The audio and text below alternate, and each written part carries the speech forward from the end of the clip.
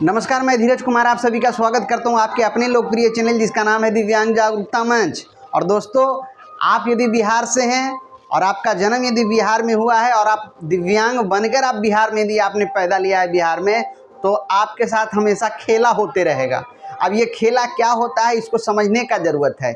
ये खेला विभिन्न तरह से होता है दिव्यांगजनों के साथ। एक तो आपके एजुकेशन सिस्टम पर आपके साथ खेला हो जाएगा, आपकी जब योजना की बारी होगी तो उसमें आपका खेला होगा। और तीसरा बात यह है कि जब आप रोजगार पाना चाहेंगे तो उसमें भी आपके साथ खेला होते रहेगा। अब ये खेला किस प्रकार से होता है इसको थोड़ा सा समझने का प्रयास कीजिएगा तो आपको समझ में आएगा कि आप के साथ परमात्मा ने थोड़ी तो गलती की है कि आपको दिव्यांग बनाकर आपको बिहार में भेजा है। तो कहीं ना कहीं चलिए, क्या इसका निष्कर्ष होगा, आगे क्या होगा। माननीय नीतीश कुमार जी की सरकार में जो हमारे बिहार में जैसे वो खेला करते रहते हैं और वैसे ही वो खेला दिव्यांगजनों के साथ बिहार में होता रहता है। तो ये खेला वाला जो विषय निकला कि हमेशा खेला होते रहता है, आखिर ये दिव्यांगों के साथ मैं क्यों जोड़ रहा हूँ, तो आपको समझाना ये इसलिए ज़रूरी पड़ गया कि जो हमारी जो शिक्षकों की जो बहाली आती है वर्ष 2023 में जो बहाली हुई है शिक्षकों की भरपूर मात्रा में, हमारे बिहार के दो वरीय पदाधिकारी जिनका नाम है के पाठक, जिनको पाठक जी के नाम से पूरी प्रसिद्धि मिली और बहुत लोकप्रियता उन्होंने हासिल की। और दूसरे हमारे हैं बीपीएससी के पूर्व चेयरमैन जिनका नाम था अतुल प्रसाद। इन दोनों ने मिलकर बिहार में जो खेला किया वो काफ़ी सराहनीय रहा लोगों के लिए, लेकिन दिव्यांगजनों के लिए जो है वो काफ़ी दुखदायी रहा। अब क्या दुखदायी रहा इसको थोड़ा समझने का प्रयास करेंगे जिससे कि पूरा मामला आपको समझ में आएगा। काफ़ी हमारे जो दिव्यांग बंधु जो हमारे मित्र हैं वो तो इस खेला के बारे में समझ रहे हैं, लेकिन और भी लोग यदि आप जानना चाहते हैं इसमें क्या क्या खेला हुआ है तो विस्तृत रूप से आइए आपको बताने का हम प्रयास करते हैं। तो सबसे पहले आप जान लीजिए कि बिहार में जो दिव्यांगजनों का आरक्षण है वो पूरे भारत में जो है 3% से बढ़ा करके 4% कर दिया गया है, वो RPWD एक्ट 2016 के अनुसार। तो इससे आप वाकिफ हैं। अब ये 4% का जो आरक्षण हुआ है उसमें भी कैटेगरी बटा हुआ है। उसमें 1% जो है हमारे DD कैटेगरी के लिए, दूसरा 1% MD के लिए, और तीसरा 1% OH के लिए, और चौथा 1% VI के कैंडिडेट को मिलता है। यानी कि दिव्यांगता में भी अलग टाइप है। आपको जानकारी के लिए मैं आपको ये बताना चाहूँगा कि 2000 RPWD एक्ट 2016 के पहले जो दिव्यांगजनों की संख्या या उसका टाइप जो था वो 7 प्रकार थे, लेकिन जब RPW यानी कि दिव्यांग अधिकार अधिनियम 2016 जब लागू हुआ तो हमारा जो दिव्यांगता का कैटेगरी था उसे बढ़ा करके 21 कर दिया गया। आपको साथ में लगे मैं एक जानकारी आपको और दे दूं कि बिहार में अब तक 72 लाख लोगों ने UDID कार्ड के लिए रजिस्ट्रेशन ऑन पोर्टल पे करवा रखे हैं और अब तक लगभग 51 लाख से अधिक दिव्यांगजनों का UDID कार्ड जनरेट हो गया। यानी कि बिहार सरकार के ऑन रजिस्टर, बिहार सरकार के साइट पर बिहार सरकार ने मान लिया कि वर्तमान में सितंबर में 51 लाख से अधिक संख्या में हमारे पास हो गए हैं। और ये 51 लाख दिव्यांगजनों के साथ हमेशा खेला पर खेला होते रहता है। अभी मैंने आपको बताया कि अभी जो है जितनी भी योजनाएं चलती हैं, जितना भी ये स्कीम चलता है, हर में खेला होता है। एक एक खेला के बारे में मैं आपको बताऊंगा। लेकिन आज जो BPSC में जो खेला हुआ है दिव्यांगजनों के साथ, जो रोजगार के लिए जो दिव्यांगजन लगातार प्रयास करते रहते हैं, लगातार तैयारी कर रहे हैं, निरंतर प्रयास कर रहे हैं, अपने शारीरिक मजबूरियों को भूलकर लगातार जो प्रयास करते हैं वो कहीं ना कहीं विफल होता दिख रहा है। अब क्या हुआ इसको थोड़ा समझने का प्रयास करेंगे। आइए जरा इस पर देखते हैं। एक लेटर जो जारी होता है 15/11/2022 को, इसको थोड़ा सा समझेंगे। इसमें क्या बताया गया था दिव्यांगजनों के लिए, उसको जब आप समझेंगे तो आपको काफ़ी कुछ समझ में आएगा कि खेला कैसे होता है बिहार में। देखिए, यह जो लेटर है वह जो प्रेषक थे इसके वो मोहम्मद सिराजुद्दीन अंसारी थे, जो कि सरकार के अपर सचिव रह चुके थे। इनके माध्यम से सेवा में जो लेटर निकलता है श्री साहिब हुसैन के माध्यम से, और इसका विषय रहता है कि दिव्यांग आरक्षण का लाभ बिहार के मूल निवासियों को मिलने के संदर्भ में। कहने का मतलब ये लेटर आपको बता रहा है कि बिहार में उन्हीं लोगों को आरक्षण मिलेगा जो बिहार के मूल निवासी होंगे। इससे भली बाकी हम सभी जानते थे, लेकिन 2000 जो हमारी जो बिहार में बहाली हुई शिक्षकों की, उसमें जो है इस बिहार के मूल निवासियों को जो आरक्षण देने वाली बात थी वो काफ़ी फीकी पड़ गई और इसको ख़त्म कर दिया गया। किसने ख़त्म किया? मैं किसी पर आरोप प्रत्यारोप नहीं लगाऊंगा। मैं तो खुद मानता हूं कि यदि मैं बिहार में दिव्यांग के रूप में हमारा जन्म हुआ है तो कहीं ना कहीं ये हमारा दुर्भाग्य है। अब आइए कुछ और बातें आगे इससे समझने का प्रयास करेंगे, जिसको आप यदि पढ़ेंगे तो आपको समझ में आएगा कि क्या मामला था। तो इसको थोड़ा आप एक एक करके आप थोड़ा समझिए कि इसमें क्या क्या मामला हुआ है, तो आपको कुछ बातें समझ में आ जाएगी, जिससे आपको लगेगा कि सही में बिहार में दिव्यांगजनों के साथ जो है खेला हुआ है। तो सबसे पहले मैं आपको दिखाना चाहूँगा यहाँ पर लेटर के माध्यम से, जिसको आप समझिएगा थोड़ा यहाँ पे, तो आपको कुछ बातें समझ में आएगी। आइए मैं आपको नीचे कुछ पढ़कर सुना रहा हूँ, ज़रा इसको देखने का प्रयास करेंगे। इसमें लिखा गया है कि निर्देशानुसार उपयुक्त विषय के संबंध में कहना है कि बिहार के अधिनियम 15/2003 में यह प्रावधान है कि बिहार राज्य के बाहर के निवासी अभ्यर्थी इस अधिनियम के अधीन आरक्षण के लाभ हेतु दावा नहीं करेंगे। यहाँ साफ जो है लेटर में निकला है, और यह लेटर कब का निकला है वो भी मैं आपको बताऊंगा।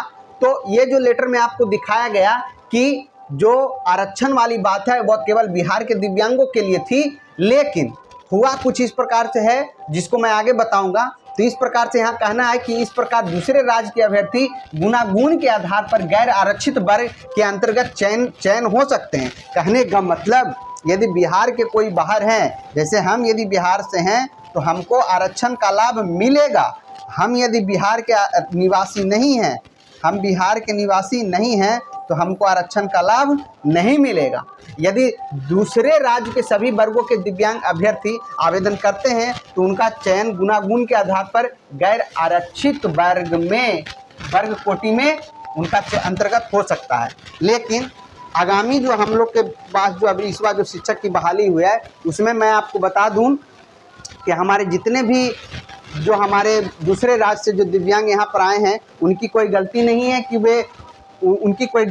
है कि वो जो है यहाँ पे जॉब करने के लिए आए हैं। उनको मौका मिला तो वो करेंगे, आखिर वो भी दिव्यांग हैं, उनकी भी कुछ मजबूरियाँ हैं, जैसे हमारी मजबूरियाँ हैं, उनकी भी कुछ मजबूरियाँ हैं। वो भी चाहते हैं कि उनको रोजगार मिले और वे भी अपना जीवन यापन अच्छे से करें। लेकिन यहाँ पर राज्य सरकार की गलती है, हमारे आयोग की गलती है कि जब बिहार के, जैसे कहने का मेरा मतलब है भैया कि यदि हम घर के मुखिया हैं और हमारे घर में ही जो है समस्या है, किसी के भी घर की बात हो, जैसे आप अपने ही घर की बात ले लीजिए, यदि आपके घर आप मुखिया हैं घर के, तो सबसे पहले आपका फर्ज होता है कि आपके यहाँ जितने भी मेंबर्स हैं सबका पहले लालन पालन, सबका ख्याल करते हुए, सबको समान रूप से अधिकार देते हुए सबका देखरेख आपको करना है।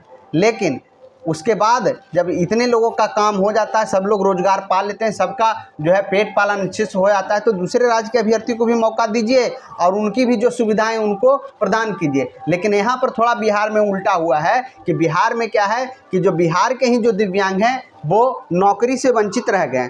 अब क्यों रह गए इसको आप ही बताइए, कमेंट कीजिए कि क्या हुआ बिहार में, इस तरह का जो खेला हो गया दिव्यांगों के साथ, वो कैसा आप महसूस कर रहे हैं, कैसा फील कर रहे हैं। वो तो हमारे जितने भी जो हमारे जो सब्सक्राइबर्स हैं, जो हमारे चैनल पे बने रहते हैं, उनको मैंने उनके कमेंट से मैंने पाया है कि जो है काफ़ी दुखद स्थिति में है। देखिए कुछ पुरानी खबरों से भी मैं आपको जोड़ना चाहूँगा, मैं आपको दिखाना चाहूँगा कि किस प्रकार से जो है दिव्यांगों के नाम पर जो है छलावा होता है। लोग दिव्यांगता का लाभ उठाकर अपना काम निकाल लेते हैं, और जो सही में जो दिव्यांग होते हैं वे अपने लाभों से वंचित रह जाते हैं। यहाँ भी एक खबर मैं आपको दिखाना चाहूँगा, इसमें बताया गया है कि फर्जी दिव्यांग प्रमाण पत्र से प्रदेश भर में बने शिक्षक। कहने का मतलब है ये जो फर्जी दिव्यांगता का प्रमाण पत्र बना करके, मतलब जो दिव्यांग नहीं भी हैं वे भी क्या हैं, अपना फर्जी दिव्यांगता का प्रमाण पत्र बना करके वो क्या कर रहे हैं, वो जो है जॉब पा रहे हैं। देखिए उसी का एक खबर मैं आपको दिखाना चाहूँगा, जिसमें जो साफ यहाँ पर दिखाता है, जहाँ पर आप इसको देखिएगा तो आपको बातें समझ में आएगी। यहाँ पर साफ लिखा हुआ है अपंग, यहाँ पर लिखा हुआ है अपंग बिना लचक के चल रहे हैं, माने जॉब में तो आ गए हैं, वहाँ दिखा रहा है उनके प्रमाण पत्र में कि वो दिव्यांग है, अपंग है, लेकिन उनमें किसी तरह का कोई ऐब नहीं देखा गया, कोई समस्या नहीं देखेगी। बाहर धीमी आवाज़ में सुन भी रहे हैं, और जो आए हैं कि हम HH कैटेगरी के दिव्यांग हैं, हमको कान से ना सुना जाता है और बोलने में हम असमर्थ हैं, तो ये लोग जो आते हैं जिस कैटेगरी में आते हैं उस कैटेगरी में यहाँ पे बताया गया है कि ये इनकी बहाली हुई, लेकिन ये क्या है, सुन रहे हैं भाई साहब। तो ऐसे भी हमारे साथ हो रहा है। ऐसे में 46 फर्जी दिव्यांग शिक्षक बर्खास्त किए ही जाएंगे। आखिर बहाल हुए हैं क्यों? ये जो 46 दिव्यांग जो फर्जी रूप से बहाल हुए हैं, वह कहीं ना कहीं 46 वैसे वास्तविक दिव्यांग जो सही रूप में जो दिव्यांग हैं, उनका आपने भविष्य खराब किया है। सही जो दिव्यांग हैं, जो इन योग्यता रखते हुए भी इन सभी जो है फर्जीवाड़े लोगों की वजह से इनका आज जो है रोजगार खत्म हुआ, इनका करियर खत्म हुआ। इसका जो है भरपाई कौन करेगा? क्या राज्य सरकार इसकी भरपाई करेगी? नहीं करेगी। आज भी देख लीजिए, बीपीएससी TRE 1 ले लीजिए, बीपीएससी TRE 2 ले लीजिए, ये दोनों बहाली जो हुआ है उसमें अवैध रूप से जो दूसरे राज्य के दिव्यांगों को, जिसमें आपको सबसे ज़्यादा यूपी से लगभग 90% जो है दिव्यांगों को बिहार में नौकरी मिला, लेकिन बिहार के जो दिव्यांग हैं वो इस नौकरी से वंचित रह गए। आखिर वो जितने भी दिव्यांगों का हुआ, मान के चलिए 100 दिव्यांगों का ही होता है यूपी से, तो हमारे बिहार के जो 100 दिव्यांग हैं जो वंचित रह गए, आखिर इसका भरपाई कौन करेगा? नीतीश कुमार जी करेंगे? नीतीश कुमार जी क्या करेंगे? नीतीश कुमार जी तो अपना जो है चुनाव के काम में व्यस्त है। उनको तो लग रहा है कि किसी प्रकार से हमारा जो है पद हो, हमारा जो कुर्सी है वो बना रहे, लेकिन हमारी जो 100 दिव्यांग भाई, ऐसा नहीं है। देखिए, हम ये नहीं कह रहे हैं कि जो हमारे बाहरी जो दिव्यांग भाई बंधु हैं, हम ये कहना चाह रहे हैं, सिर्फ हमारा कहने का मोटो ये है कि भैया देखिए, यूपी हो या MP हो, राजस्थान हो, हरियाणा हो, किसी भी राज्य की आप बात कर लीजिए, यदि बिहार के दिव्यांगों को वहाँ नौकरी नहीं मिलता है, तो यदि यहाँ की सरकार जो है बिहार के दिव्यांगों को नौकरी नहीं देती है, और बिहार के जो सरकार है वो यहाँ के दिव्यांगों को नौकरी दे रहा है, तो बिहार में जो दिव्यांग हैं वो कहाँ जाएंगे? एक तो लाचार हैं, तो दिव्यांगों को तो चाहिए कि सबसे पहले उसको घर में ही नौकरी मिले। अब ये तो जाने में, एग्ज़ाम देने में लाचार हैं, ऊपर से फर्जीवाड़ा, तो ये तो खेला पर ही खेला हो रहा है। अब ये कहाँ तक सही है, क्या होना चाहिए? अब यहाँ पर देख लीजिए, 24 साल पहले पैरों की दिव्यांगता बताकर शिक्षक बने, अब जांच में दिव्यांगता है नहीं। अब ये देख लीजिए, 24 साल पहले वो बताएं कि उसको पैर से समस्या है, वो दिव्यांग बन के नौकरी ले लिए, और जांच में पता चल रहा है कि वे दिव्यांग हैं ही नहीं। ये कैसे हो गया? शिक्षक बोले मैं हाथ तक नहीं हिला सकता, हकीकत हाथ आसानी से ऊपर कर लिया। ये देखिए, ये महोदय जो है आसानी से ऊपर कर लिए हाथ। भैया, ये तो खेला हो रहा है दिव्यांगजनों के साथ। आखिर ये कब तक चलेगा? क्या क्या फर्जीवाड़ाएँ हो रही है दिव्यांगजनों के साथ साथ।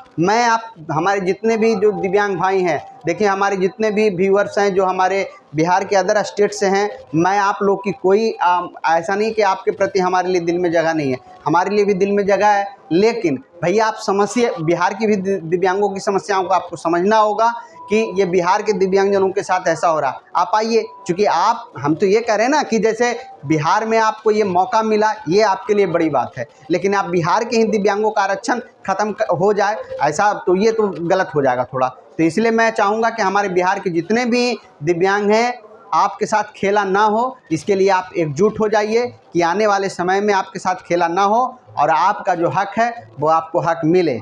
आगे भी इस वीडियो का 1-2 पार्ट अभी और आएगा। आज के वीडियो में इतना ही। आगे मैं कुछ और रोजगारों में जो भी योजनाओं में दिव्यांगजनों के साथ, जैसे कि इस बार दिव्यांगजनों का जो 10 लाख का जो उद्यमी योजना वाला जो लोन हुआ है, उसमें बिहार के एक भी दिव्यांगजनों का नाम नहीं आया। क्यों नहीं आया? इस पे भी खेला हुआ है, इसमें भी फर्जीवाड़ा हुआ है। तो इन तमाम चीज़ों के बारे में अभी और हम नेक्स्ट वीडियो में बात करेंगे। आज की वीडियो में इतना। आप लोग कमेंट कीजिए कि हमारी जो बातें हैं वो आपको कैसी लग रही है, क्या मैं गलत बोल रहा हूँ, क्या मैं सही बोल रहा हूँ। इन तमाम बातों पे मैं आपसे राय चाहता हूँ, उसके बाद मैं आपको नेक्स्ट पार्ट लाऊँगा। तब तक के लिए आप हमारी वीडियो को देखिए और इसके बारे में कमेंट कीजिए। धन्यवाद।